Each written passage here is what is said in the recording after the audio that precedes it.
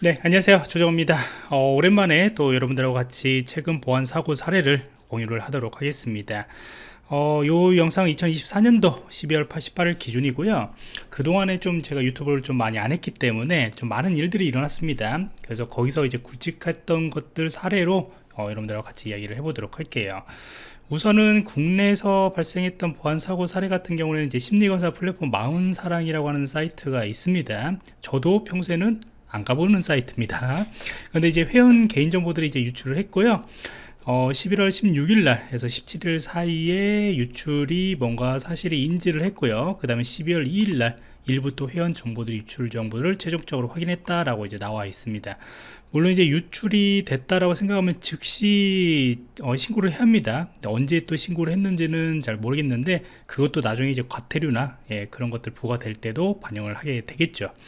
그래서 유출된 개인정보 항목 같은 경우는 이제 아이디 또 이제 암호화된 비밀번호라고 이야기를 하고요. 그 다음에 이메일 주소 등이 유출이 됐고요.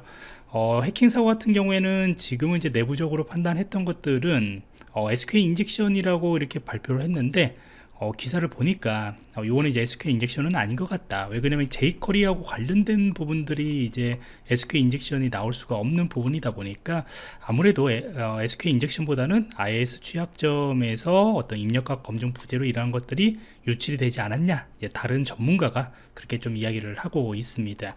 아무튼 이제 국내에서 발생했던 개인정보 유출 사고들이 요 근래 좀 많이 발생을 하고 있어요. 이 공격자들이 미리 공격을 하고 하나씩 하나씩 알려주는 것도 있습니다. 다크웹에요.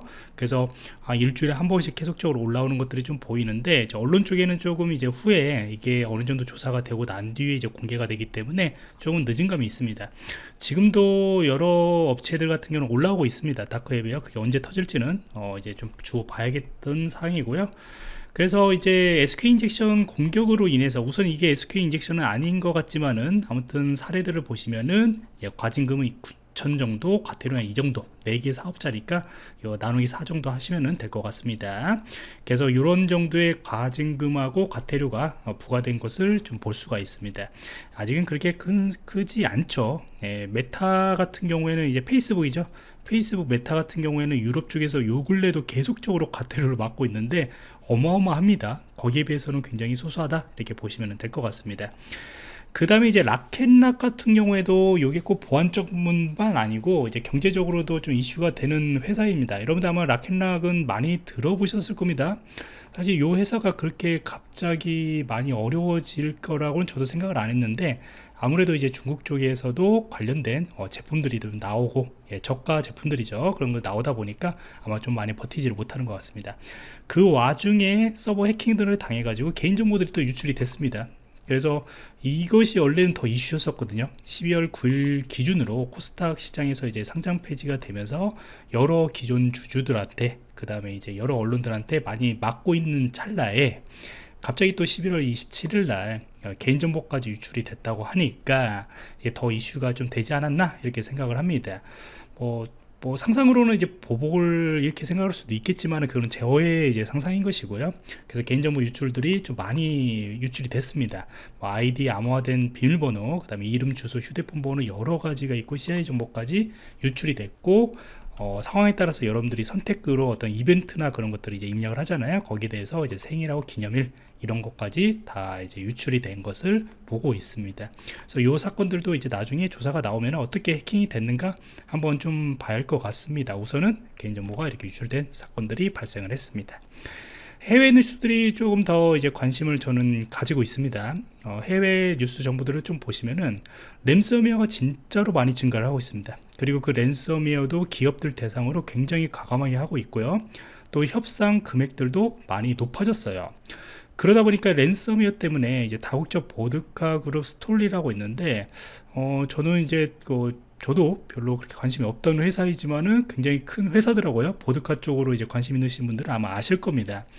그래서 미국에서 이제 파산 신청을 했습니다. 사실 랜섬웨어로 인해 가지고 파산 신청되는 경우들도 있긴 있습니다. 굉장히 작은 회사들이 있긴 있었는데 이렇게 큰 회사가 갑자기 이제 파산이 신청됐다라고 하는데 물론 이제 여러 가지들이 이유가 분명히 있긴 있어요.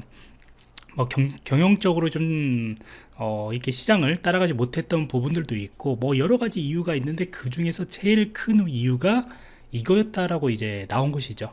그래서 여기서 이제 미국에서 계열사 두 개가 이제 파산이 된 겁니다. 모두 다 파산된 건 아니고 계열사 두 개가 파산됐는데 부채가 이 정도다. 꽤 어마어마하게 큰 금액이죠. 그리고 이제 주류가 이제 수요들이 감소가 된 것들 있고요. 사람들이 요즘 경기가 좀 어렵잖아요. 그러다 보니까 이제 좀 비싼 술에 대해서 수요들이 감소되는 것들은 이제 사실입니다. 특히 이제 와인 시장 같은 경우에도 굉장히 많이 감소됐다고 알고 있거든요. 그래서 그런 사건이고, 그다음 대규모 사이버 공격들, 그다음에 수년간의 러시아하고 이제 법적 싸움이 되다 보니까 이제 전쟁터잖아요. 그러다 보니까 그것 때문에 여러 가지가 이유가 있었던 겁니다. 그런데 이제 ERP 시스템들이 이 랜섬웨어 공격에 의해서 시스템들이 이제 비활성화되고, 그것들이 자동이 아니고 모든 것들을 이제 수동으로 입력하고 뭐뭐 하다 보니까 당연히 이제 인건비가 더 많이 들 것이고, 그 다음에 그 와중에 이제 딜레이가 좀 많이 발생을 하면서 매출도 영향을 미치지 않았나, 이렇게 생각을 하는 겁니다. 그래서 파산 신청들이 일어났던 그 사건입니다.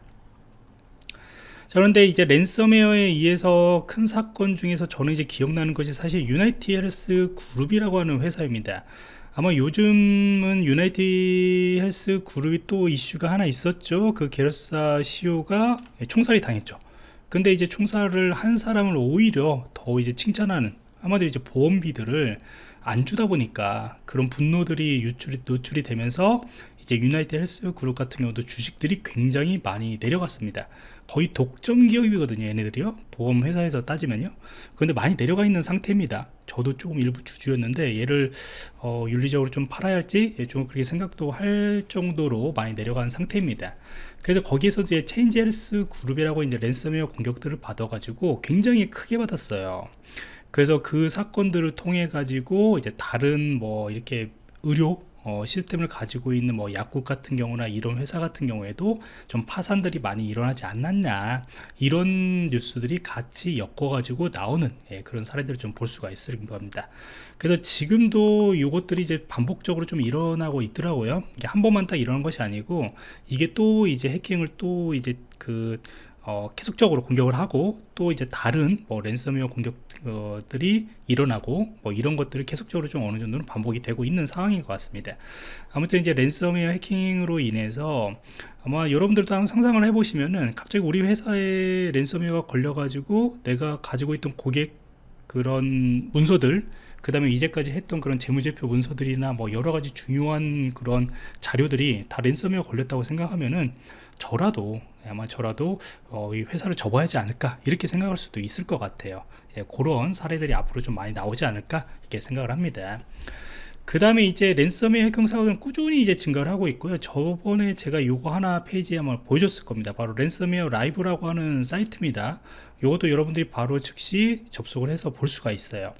여기 보시면은 이제까지 발생했던, 물론 이제 모든 데이터들은 아니겠지만은 특정한 주요 그룹에서 이제 빅팀들이 이제 발생하는 부분들이고요. 이 사이트에 가시면 한국 사이트도 계속적으로 올라오고 있어요. 아까 제가 이야기했던 그 사이트들이 아마 여기서 보이시게 될 겁니다. 그런데 이제 협상 정보들도 이렇게 보시면은 뭐 2024년도 것도 있고 하는데, 실제 대표적인 협상들을 보시면은 금액들이 적지가 않아요. 초기에는 이런 식으로 이제 협상을 하다가 조금씩 줄어들게 되는 것이죠. 최종적으로 이렇게 되지만 이것도 싼 가격은 아니죠. 그래서 기업들 대상으로 지금 랜섬웨어들이 많이 증가를 하고 있다. 그것들은 이제 비트코인들이 계속적으로 가격들이 커지고 있죠. 그리고 이제 채굴 같은 경우에도 이전에는 배포들이 증가하고 있지만, 지금도 이제 뭐 채굴 관련된 악성 코드들이 많이 배포가 되고 있지만은, 채굴보다는 차라리 이렇게 기업들한테 랜섬웨어를 배포를 하고 요걸 이제 몸값들을 받는 것들이 오히려 더 좋은 것이죠, 얘네들 입장에서는요. 그래서 비트코인 가격들이 커질수록 랜섬웨어 공격들은 더욱더 증가를 하고 있다. 그래서 해외 뉴스들을 보시면은 거의 다 대부분 랜섬웨어라고 하는 이야기들 굉장히 많이 들어가 있습니다. 악성 코드 사례들을 보시면은. 그리고 플러스 우리가 이제 개인정보까지 같이 가져가서 이 몸값, 이 프로세스에 관련된 몸값들, 문서나 그런 것들도 받고 개인정보와 관련된 몸값들도 같이 이제 받으려고 하는 복합적인 그런 공격들을 이제 들어오게 됩니다. 그래서 뒤쪽에 보시면은 이제 랜섬웨어 해킹과 관련된 그런 악성 코드 사례인데, 요거는 이제 SOC 걸리시라는 거, 그 다음에 클리어 페이크라는 거, 이제 클리픽스라고 이런 도구들이 있는데, 다 이제 오픈 도구로 사용하는 피싱 사이트예요. 근데 이러한 가짜 피싱 사이트를 만드는 것 것들 도구들을 이용을 해가지고 실제 이제 사람들의 직업과 관련된 것들을 탈취하기 위한 목적으로 또 락성 코드들이 사용하고 있다는 것이죠.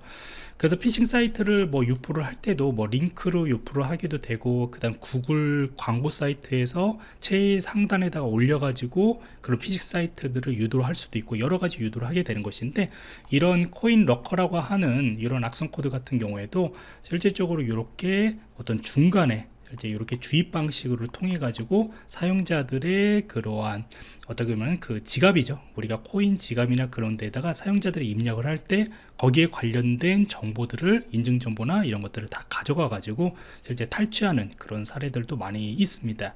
그래서 저도 이제 트위터, 지금 현재는 X죠, 거기에서도 몇 가지 그 국내에서도 이렇게 보시면은 이런 그런 피싱 사이트들이 좀 많이 발생을 하고 있어요. 그러니까 지갑이죠, 지갑과 관련된 거여 가지고 어떤 코인들을 조금 더 줄 테니까 뭐 이것들을 인증을 해라, 그때 인증을 했더니 바로 코인 거래소에서 정보들을 다 가져가는, 이렇게 코인을 가져가는 거죠. 그런 사례들을 좀 볼 수가 있었습니다. 그래서 이러한 피싱 사이트가 정말로 이렇게 사용을 해서 정보들을 가져가는 그런 사례들이 지금 현재 많이 발생을 하고 있다, 이렇게 보시면 됩니다. 그래서 앞으로도 이제 악성 코드라고 하는 것들이 랜섬웨어, 그 다음에 이제 코인하고 엮인 것들이 아마 주로 여러분들도 보이시게 될 것이고요. 그런 사례들도 후에 제가 한번 분석을 해봐가지고 같이 한번 공유를 좀 해보도록 할게요. 자, 그래서 오늘은 여기까지, 그리고 좀 더 제가 조사를 해가지고 재밌는 내용이 있으면 또 공유하도록 하겠습니다.